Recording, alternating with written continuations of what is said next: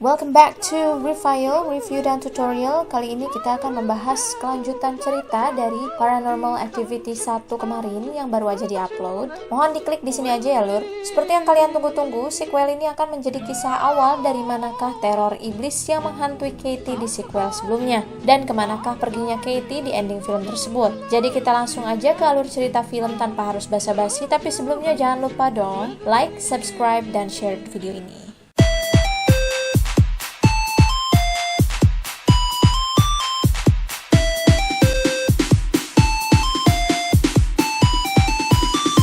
Berlatar di Carlsbad, California, diceritakan tibalah seorang hunter, yakni seorang bocah laki-laki yang baru lahir dari pasutri di sini, yakni Christy dan Daniel. Adapun yang lagi ngerekam video ini adalah seorang kakaknya Hunter yang bernama Ellie. Jadi siapakah Hunter bagi Katie? Yes, ponakannya ya guys. Diperkenalkan juga pengasuh atau ART di rumah Christy dan Daniel bernama Martin. Dia ini nggak bisa bahasa Inggris kayaknya, sepertinya asal Meksiko atau Portugal kah mungkin. Di sini Daniel ambil alih kamera untuk house tour ke berbagai ruangan seperti kamar mereka, dan diperkenalkan juga kita kepada anjing penjaganya bernama Abby. Lalu lanjut ke kamar khusus Hunter yang sudah dipenuhi seisi barang-barang bayi. Kita juga akan diperkenalkan kepada kakak Hunter bernama Ellie yang tadi di awal pegangin kamera dan menyambut kedatangan Hunter. Yang mana FYI aja, Christy itu nikah dengan Daniel dalam keadaan Daniel punya satu anak bernama Ellie ini, which is gak diceritain ibu aslinya tuh kemana, entah meninggal atau bercerai. Lalu kita akan lanjut house tour ke ruang tamu, ruang kerja Daniel, lalu ke ruang keluarga tempat bersantai dan nonton.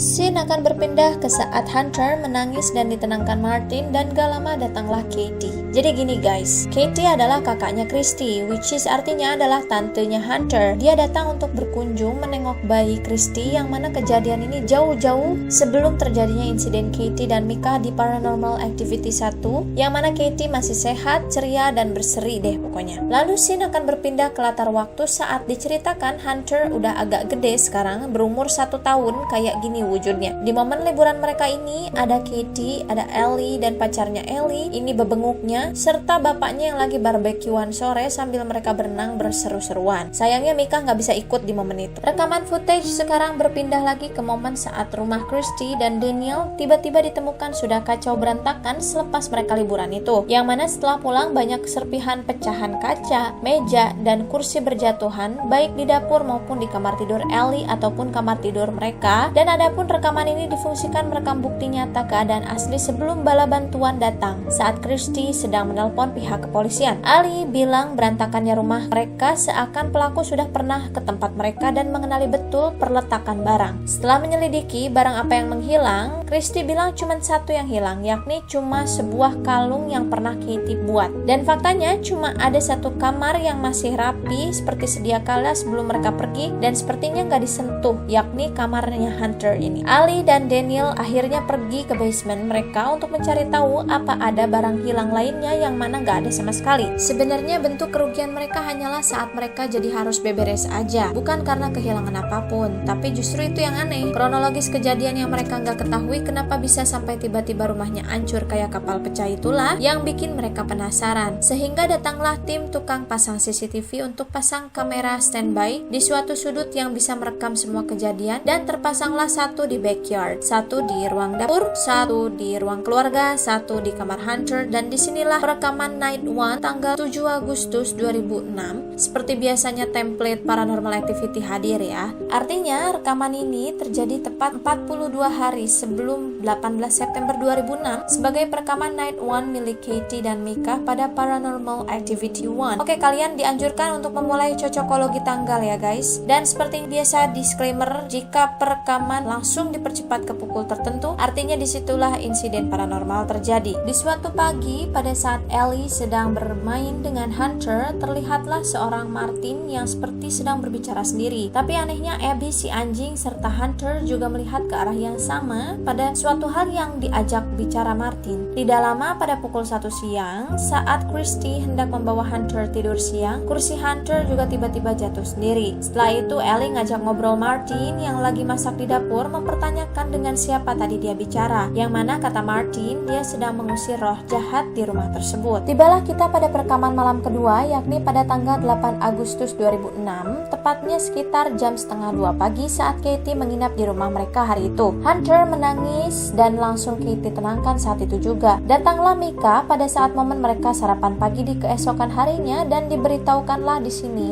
bahwa hari itu tepat 60 hari sebelum kematian Micah. Micah diperlihatkan ke sekitar ruangan yang sudah dipasangkan CCTV akibat dari insiden kemarin. Christy juga sempat bicarakan kalau insiden rumahnya kacau balau kemarin itu seperti ada hubungannya dengan apa yang menimpa mereka saat mereka masih kecil dan seperti ada sesuatu di rumah Christy dan Daniel itu. Sekitar pukul 4:30 saat semua tidak ada di rumah dan pada bepergian, Ellie hendak pergi ke mall untuk waktu yang lama sehingga tersisalah Christy dan Hunter di rumah berdua. Tiba-tiba terdengarlah sesuatu dari lantai atas sehingga Christy datang ke sumber suara yang dia pikir suaranya muncul dari kamar Hunter. Saat Christy ke toilet, terlihatlah mainan yang menggantung di atas keranjang bayi berputar sendiri. Disinilah perekaman night ketiga dimulai saat rekaman video langsung ditunjukkan ke kamar Hunter yang terbangun sekitar pukul 3 subuh dan tampaknya Hunter sedang asyik bermain dengan sesuatu. Pagi harinya saat Ali, Martin, Christy, dan Hunter sedang bersantai di ruang keluarga sambil membuka album foto keluarga, ditemukanlah foto ini. Awalnya Christy kaget kenapa foto Katie masih ada padahal semestinya foto ini sudah terbakar di rumahnya semasa kecil dulu. Nah guys, ada yang inget gak foto ini adalah foto yang ditemukan di loteng rumah Katie dan Micah dalam keadaan terbakar di setiap ujungnya. Yang belum nonton alur cerita filmnya silahkan pause dulu video ini dan klik di ujung kanan atas. Perekaman night keempat kini langsung mempertontonkan kita suatu kejadian pada pukul 3 subuh saat terdengar ada suara yang entah dari mana, tapi kemungkinan dari kamar Hunter kayak gini.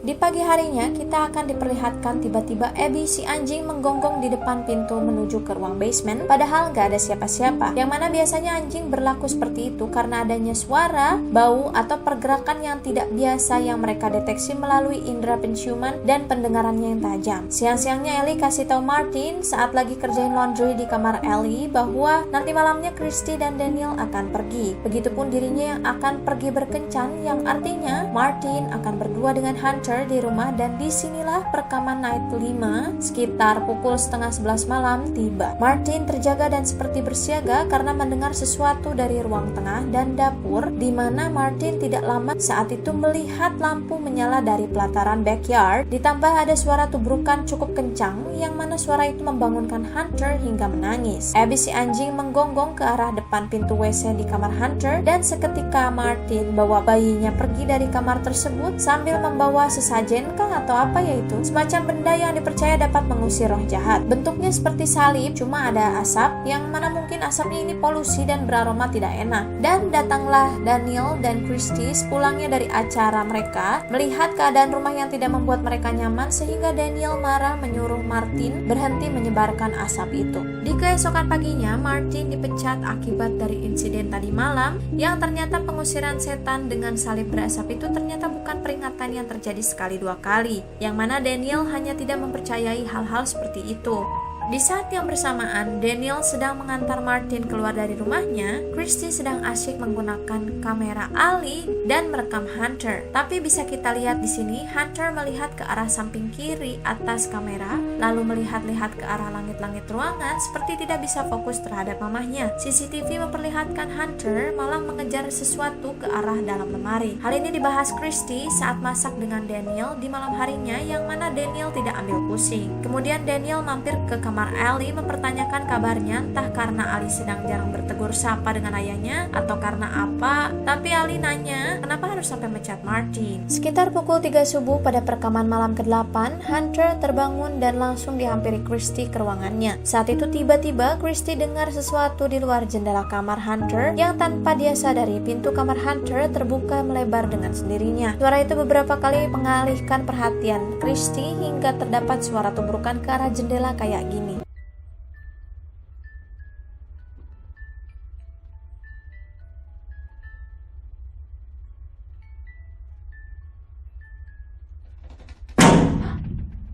Paginya, Daniel mengecek ternyata ada seekor burung mati yang menabrak jendela di semalam sebelumnya itu. Malamnya, saat Hunter sedang bermain dengan Ellie di kamar Christy dan Daniel, terdapat suara yang keluar dari walkie-talkie bayi yang diletakkan di kamar Hunter, padahal di sana nggak ada siapapun. Tepatnya pada pukul 3:30 subuh perekaman malam ke-10, Christy yang sedang menidurkan Hunter kembali ke ranjang mendengar panci di dapur yang terjatuh sendiri. Sesekali ia juga mendengar suatu suara dari luar jendela dapur saat dia tidak menyadari bahwa panci-panci yang menggantung itu bergoyang sendiri. Gak lama lampu di pelataran backyard juga mati sendiri dan tiba-tiba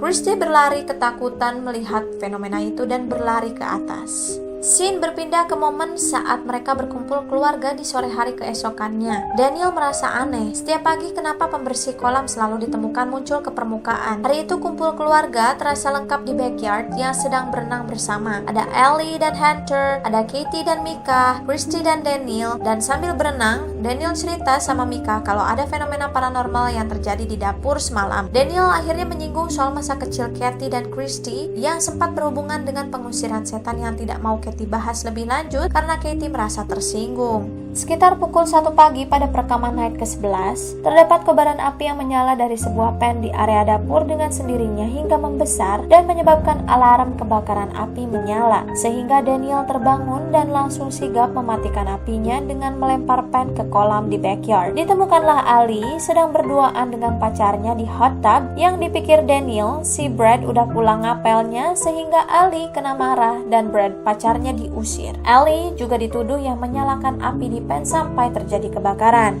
Di keesokan paginya, Christy dan Daniel berdebat mengenai peletakan panci yang gak benar itu yang membuat pan terjatuh sampai 2 kali. Bukan karena fenomena paranormal katanya. Lalu Christy Malik bertanya, terus kenapa setiap pagi pembersih kolam naik ke permukaan dengan sendirinya? Kita bisa lihat di sini memang Daniel orangnya gak percaya takhayul. Tapi di saat yang bersamaan, orangnya suka mudah menjalahkan. Satu rumah ditanya, apakah Ellie yang ambil pembersih kolam tiap pagi? Akhirnya seisi rumah sidak isi rekaman CCTV di pool dan ditemukanlah bahwa si pembersih kolam naik sendiri ke permukaan. Aneh bin ajaib. Daniel pun dibuat gendok sendiri dengan keanehan apa yang dia lihat. Akhirnya Daniel dan Ellie berbicara empat mata berdiskusi mengenai solusi. Ellie beride kenapa nggak mereka panggil pengusir setan yang mana itu dibantah sebagai ide buruk karena Daniel nggak percaya yang gituan.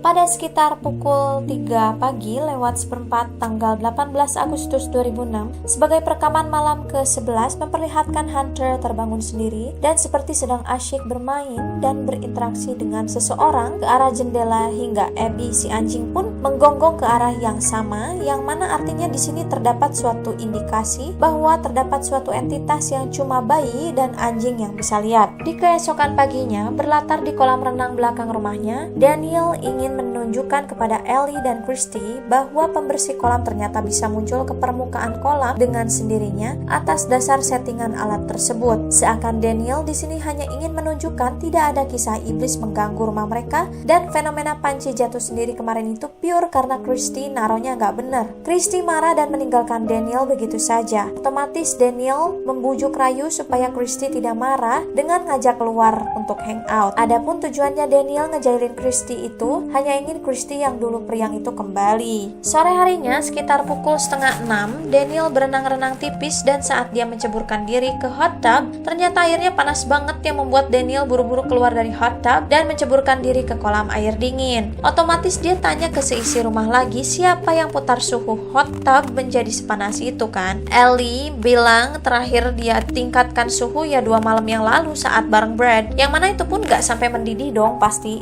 Sekitar 6:30 malam, Ellie ketitipan Hunter karena Christy dan Daniel ada urusan. Sehingga Christy briefing dulu nomor-nomor darurat yang dapat ia hubungi. Gak lupa Christy juga memberitahu apa yang boleh dan dilarang dikasih buat Hunter. Lalu sekitar pukul 8:30 malam, Brad pacarnya Ellie menyelinap masuk lewat backyard diam-diam. Brad dan Ellie malah main Ouija yang intinya Ellie cuma pengen tahu apa yang diinginkan entitas yang mengganggu keluarga Ellie. Terjawablah Pussy Hunter atau pemburu penakut, yang mana kata pusinya itu hasil bercandaan karena digerakin oleh salah satu dari mereka. Dan satu-satunya satu-satunya kata yang muncul secara benar-benar nyata tanpa bantuan gerakan tangan siapapun adalah kata hunter, alias merujuk pada anak Christy dan Daniel lah yang dimaksud. Lalu sekitar pukul 11 malam, Ellie yang ketiduran di sofa menunggu kedatangan ayah ibunya sambil nonton TV. Tiba-tiba suara TV-nya berubah ke channel yang tak beroperasi dengan sendirinya, dan tiba-tiba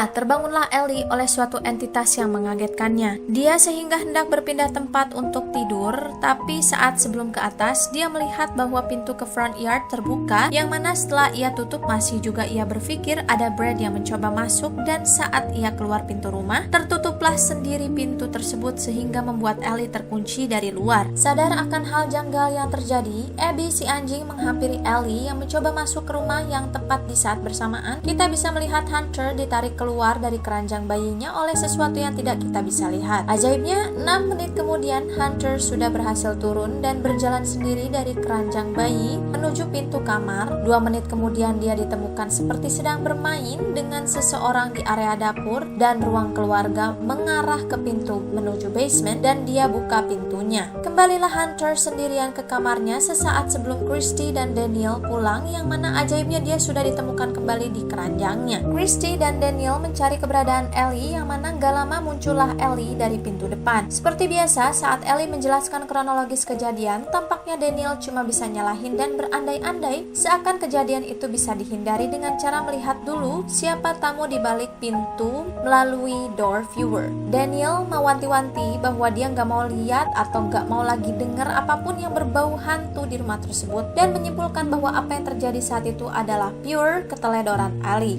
Tepat pada sekitar pukul 9 pagi keesokannya, Ellie yang masih dalam keadaan kesal karena kesaksiannya tidak didengarkan di semalam sebelumnya, bereaksi menjadi ketus saat disapa ayahnya selamat pagi. Karena dirasa cerita berhantu apapun yang menakuti Ellie tidak akan direspon baik oleh Daniel, sehingga Ellie curhat dengan kameranya sendiri bilang kalau semalam dia bermimpi buruk. Adapun isi mimpinya adalah gigi dia patah dan dia bisa melihat seseorang menonton dia tidur, yang mana Ellie juga bisa lihat bagian kakinya melalui cermin di hadapan kasurnya saat dia tidur kayak gini. About like a foot back right there. Akhirnya Brad datang dan take over kamera untuk merekam kondisi Ellie yang lagi chillin di backyard sambil buka laptop untuk research apa yang terjadi dengan keluarga dan rumahnya. Ellie memberikan penjelasan perbedaan antara hantu dan iblis. Nah, adapun penjelasan yang patut didengarkan kalian dengan sesama terkait apa yang terjadi dengan Katie dan Christy adalah sebagai berikut. It has been said that if a human makes a bargain with a demon for wealth, power, or any other benefit, they must forfeit their firstborn male. If the debt is not honored, the demon will follow the defaulter and his or her brood until its soul of an infant is collected.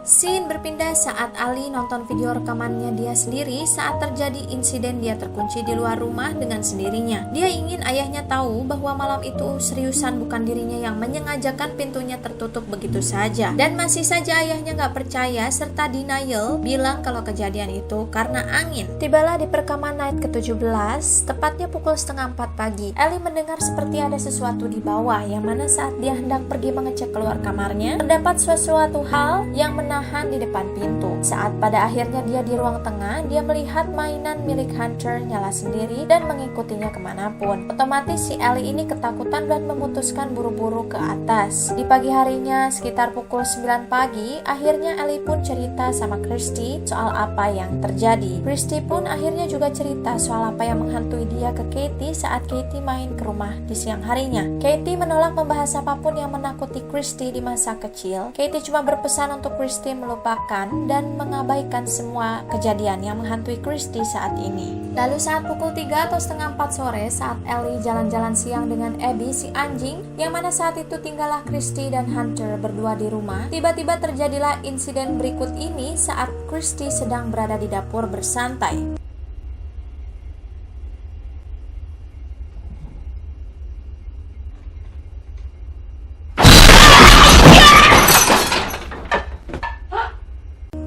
Pergilah Christy menuju ke lantai atas sambil marah dan berteriak pada siapapun yang mengganggunya dalam keadaan meninggalkan kettle di atas kompor yang menyala, sehingga dia terpaksa mematikan kompor sambil beres-beres dapur. Dan tibalah Ellie dan Abby pulang. Karena penasaran, Ellie pun datang menghampiri Christy dan bertanya apakah semua baik-baik saja. Namun karena dia ingat kata Katie untuk melupakan dan mengabaikan semua gangguan yang menghantui, akhirnya Christy memilih untuk bungkam. Akhirnya Ellie cari tahu sendiri informasi sebagaimana yang ia cari tahu di beberapa waktu lalu bareng Brad. Kali ini Ellie semakin yakin bahwa fenomena yang sedang menghantui Katie dan Christy sebagai pihak keturunan dan pihak leluhur Katie Christy adalah sebagai pembuat perjanjian untuk semisal menjadi kaya raya ini akan tetap berlangsung sampai mereka mengorbankan anak laki-laki pertama mereka. Dan saat ini cuma ada satu anak laki-laki pertama, yakni Hunter, setidaknya selama dari tahun 1930. Hal ini nyambung dengan bagaimana Papan Oweja beberapa malam sebelumnya yang dimainkan Ellie dan Brad, dan Papan Oweja itu mengungkapkan keinginannya untuk mendapatkan Hunter,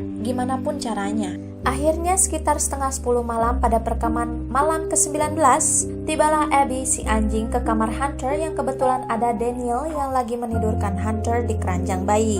Rekaman pun dipercepat ke pukul 1 pagi saat tiba-tiba pintu menuju basement terbuka dan Abby tiba-tiba menjadi mode bersiaga. Abby lalu seperti mengejar sesuatu ke lantai bawah dan bertengkar melawan penyerangan dengan gonggongan yang makin lama makin terdengar seperti napas Abby diringkus dan dibuat sesak sampai Abby merasa kesakitan. Gak lama Ellie terbangun mendengar suara tersebut. Begitupun Daniel dan Christy. Daniel kaget melihat Abby sudah pingsan terkulai lemas di lantai, sehingga saat itu juga Daniel dan Ellie bergegas pergi ke RS untuk mengobati Abby, sedangkan Christy berjaga di rumah. Christy masih merasa bersiaga saat Daniel dan Ellie pergi. Sekitar pukul 2 kurang seperempat, dia mendengar panci di dapur seperti bertabrakan dengan sendirinya. Saat yang bersamaan, lampu di kamar Hunter mati dengan sendirinya, dan saat Christy cek, Christy betulin lampu tersebut. Tapi tiba-tiba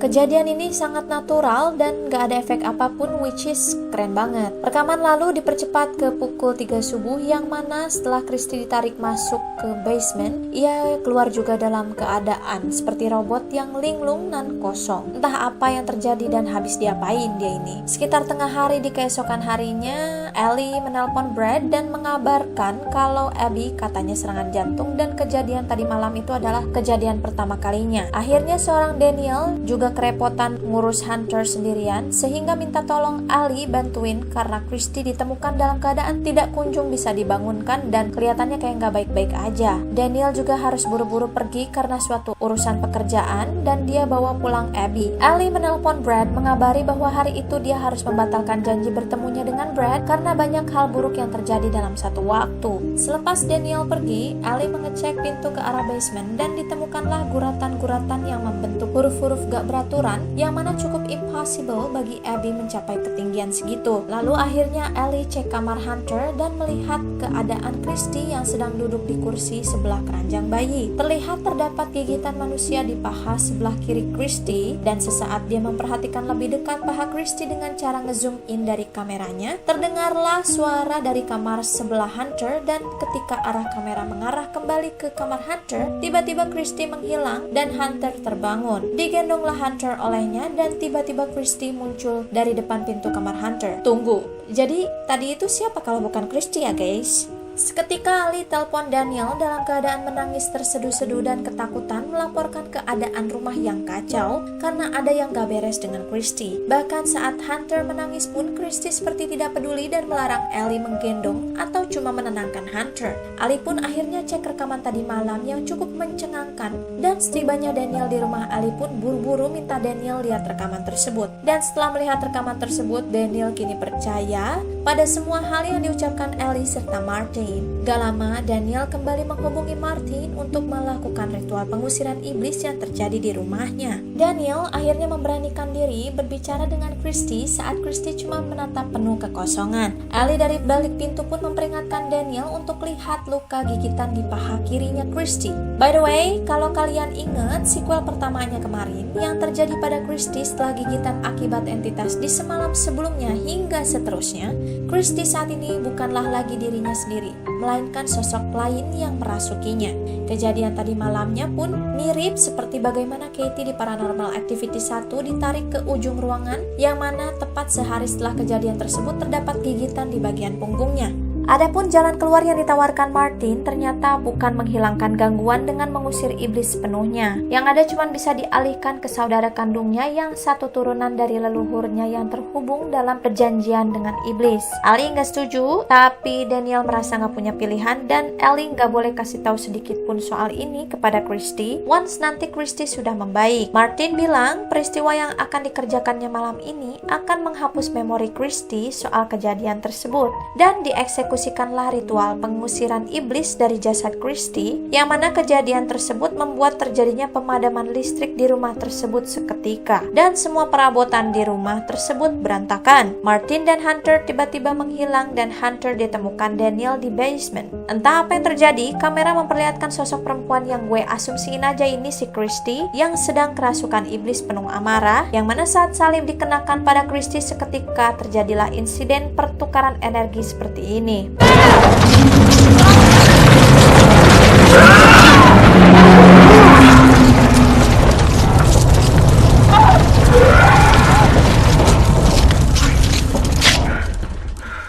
Gue asumsikan saat lampu dan semua listrik kembali menyala, artinya semua sudah dalam keadaan kembali membaik dan normal. Christy pun tertidur normal. Daniel dan Martin pun akhirnya melanjutkan prosesi membakar tiap ujung foto masa kecil Katie di sini sebagai ritual pengiriman serangan iblis agar apapun yang menyerang keluarga mereka itu terhenti. Jadi sekarang paham kan kenapa di Paranormal Activity 1 tiba-tiba suatu malam ditemukan foto ini di loteng rumah Mika yang persis sama bekas terbakar di setiap ujung foto ini? Ya, itu adalah kiriman keluarga Christy. Tepat setelah 3 minggu dari peristiwa pengusiran iblis ini, Katie cerita kalau dia mulai merasa ada yang menghantuinya. Jadi semua rekaman inilah yang menjadi opening di film Paranormal Activity 1 yang saya upload kemarin. Dan di Paranormal Activity 1 kemarin kan kita tahu bahwa Mika sudah tewas pada tanggal 8 Oktober 2006. Lalu kemanakah Katie? Tanggal 9 Oktober, tiba-tiba sekitar pukul 12 malam, terlihat Daniel tertidur santai di ruang tengah, yang mana di saat bersamaan Hunter terbangun dan begitupun Christy. Kalian bisa lihat di ujung ruang tamu di sana ada siapa? Iya, itu Katie dengan masih menggunakan baju yang sama selepas membunuh Mika. Tiba-tiba aja dia nongol di situ tanpa terekam melalui kamera CCTV di halaman depan. Dan Katie pun seketika membunuh Daniel dan tidak lama Katie pun membunuh Christy. Setelah itu Hunter Katie bawa pergi keluar rumah entah kemana. Sekarang pertanyaannya, apakah Katie melakukan ini atas kesadaran penuh? Jawabannya jelas enggak ya. Itu kesurupan guys masih. Kebetulan saat kejadian itu ada, Ellie nggak ada di rumah karena lagi school trip dan baru nemu jasad kedua orang tuanya pada 12 Oktober 2006. Lalu kenapa hanya Hunter yang selamat? Apakah sequel selanjutnya akan spill kemana perginya Katie dan Hunter? Oke, stay tune terus di channel gue ya guys. Doain terus